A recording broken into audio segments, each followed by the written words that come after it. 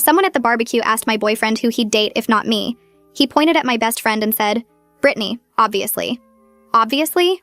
I stood there holding the potato salad I'd made while my boyfriend Jason and my best friend Brittany both laughed like he'd said something hilarious. We were at our friend Tom's annual summer barbecue with about 30 people, and Jason had just announced to everyone playing the stupid drinking game that he'd pick my best friend if I didn't exist. Come on, babe, it's just a hypothetical question. Jason took another swig of his beer while Brittany tucked her hair behind her ear, the way she always did when she was pleased about something. Besides, Brittany and I have so much in common.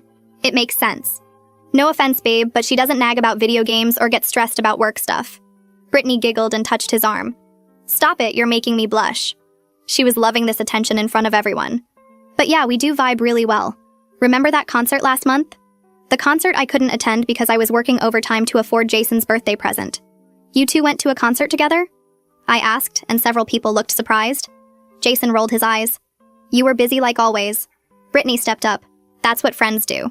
We should tell her about the other thing, Brittany said, then covered her mouth like she'd revealed a secret. What other thing? I set down the potato salad because my hands were shaking. Jason waved his hand dismissive. Brittany's been helping me apartment hunt. You know, for when we move in together. We'd never discussed moving in together. We're moving in together? Jason laughed. Not we. Me and my future roommates. Brittany found this sick 3-bedroom near her place. Near her place. My best friend was helping my boyfriend find an apartment near her without telling me. When were you planning to mention this? Brittany jumped in defensive. He needs his space. You're always suffocating him with your need to know everything. She said this in front of everyone like it was common knowledge. That's rich coming from someone who texts him more than I do. The words came out before I could stop them. Jason's friend Alex laughed. Oh shit, she knows about the texts. Everyone turned to look at Alex, who immediately looked guilty. I'd seen Jason's phone light up with her messages at midnight, at 1 a.m., at 3 a.m. We're friends. Friends text. Brittany said, but her face was red. Besides, you work nights, so someone needs to keep him company.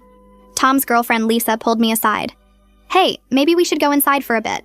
But I wasn't moving. No, I want to hear more about how my boyfriend and best friend would be perfect together. Jason stood up annoyed.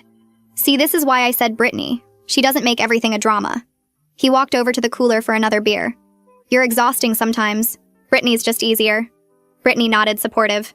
You do tend to overthink things. Like when you got upset about me borrowing your dress without asking. The dress she'd worn to Jason's cousin's wedding that I wasn't invited to, because they only had one extra spot. You went to his cousin's wedding?